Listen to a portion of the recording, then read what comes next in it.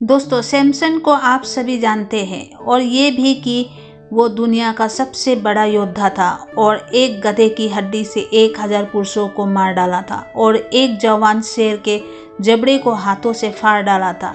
इन सब कहानियों को आपने सुन चुका होगा, लेकिन उसका इतना ताकतवर होने का राज था परमेश्वर का आत्मा।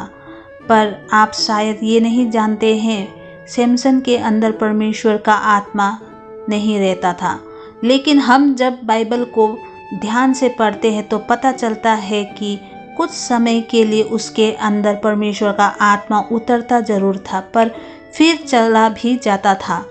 इतना ही नहीं, परमेश्वर ने सैमसन को इजराइलियों को फिलिस्तियों के हाथ से छुड़ाने के लिए चुना था।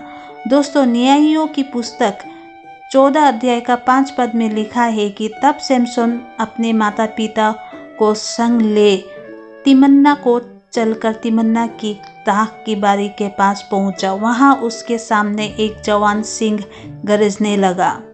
फिर 6 पद में लिखा है कि तब यहोवा का आत्मा उस पर बल से उतरा और यद्यपि उसके हाथ में कुछ ना था तो भी उसने उसको ऐसा फाड़ डाला जैसे कोई बकरी का बच्चा फाड़े। और आगे 19 पद में लिखा है कि तब यहोवा का आत्मा उस पर बल से उतरा और उसने अस्कलोन को जाकर वहां के 30 पुरुषों को मार डाला। फिर न्यायियों की पुस्तक 15 अध्याय का 14 पद में लिखा है कि वो लही तक आ गया था कि फिलिस्ती उसको देखकर ललकारने लगे। तब यहोवा का आत्मा उस पर बल से उतरा और उसकी बाहों की रस्सियां आग में जले हुए के समान हो गई और उसके हाथों की बंधन मानो गलकर टूट पड़े। फिर आगे 15 पद में लिखा है कि तब उसको गधे के जबड़े की एक नई हड्डी मिली और उसने हाथ बढ़ा उसे लेकर 1000 पुरुषों को मार डाला। दोस्तों, अभी हमने जितना भी पदों को देखा, सभी वचनों में पाते हैं कि परमेश्वर का आत्मा सैमसन के ऊपर उतरता था, पर हमेशा उसके साथ नहीं रहता था। न्यायियों की पुस्तक 3 अध्याय का 10 में लिखा है यहोवा का आत्मा ओत्निएल पर आया।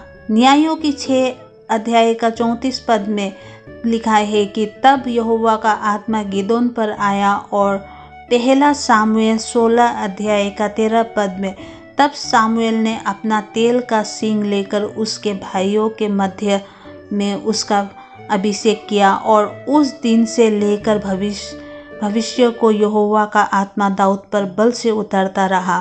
पर दोस्तों, अब ऐसा नहीं है। अब परमेश्वर का मंदिर हम लोग हैं और परमेश्वर का आत्मा हमारे साथ रहता है, हमारे अंदर रहता है। पहले ऐसा नहीं था। पहले परमेश्वर सिर्फ मिलाप वाले तंबू में ही महायाजक से मिलने आते थे। निर्गमन की पुस्तक 33 अध्याय का 5 पद में लिखा है कि क्योंकि यहोवा ने मूसा से कह दिया था कि इस्राएलियों को मेरा ये वचन सुना कि तुम लोग तो हठीले हो, जो मैं पल भर के लिए तुम्हारे बीच होकर चलूँ तो तुम्हारा अंत कर डालूँ।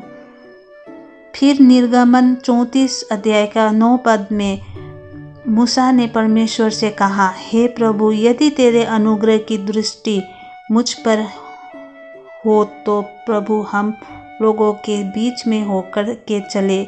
ये लोग हठीले तो हैं, तो भी हमारे अधर्म और पाप को क्षमा कर और हमें अपना निज भाग मानकर ग्रहण कर।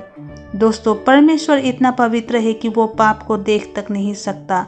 अब बात यह है कि इतना पवित्र परमेश्वर इंसानों के साथ कैसे रह सकता है, और इसी का जवाब था मिलाप वाला तंबू, जिसमें परमेश्वर आता और रहता था। उस तंबू को लोगों में के छावनी से दूर बनाया जाता था और जब किसी को परमेश्वर से मिलना होता तो वो तंबू के नज़दीक आकर मिलता था।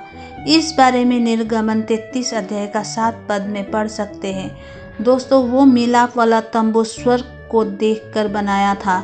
परमेश्वर ने मूसा को एक दर्शन दिखाया था और उस दर्शन को देखकर मूसा ने मिलाप वाला तंबू बनाया था। जिस तरह परमेश्वर उस मिलाप वाला तंबू में रहता था, अब उसी तरह हमारे अंदर भी रहता है। अब हमारा शरीर ही परमेश्वर का मंदिर है और परमेश्वर का रहने का स्थान है। इसीलिए इस शरीर को, इस आत्मा को पाप रहित बनाना चाहिए। दोस्तों, मेरा आगे का वीडियो आपको कैसा लगा, प्लीज़ आप लाइक, शेयर एंड सब्सक्राइब कीजिएगा। मेरी अगली वीडियो आने तक आप सब बने रहेगा। तब तक के लिए आप सबको जय मसीह की।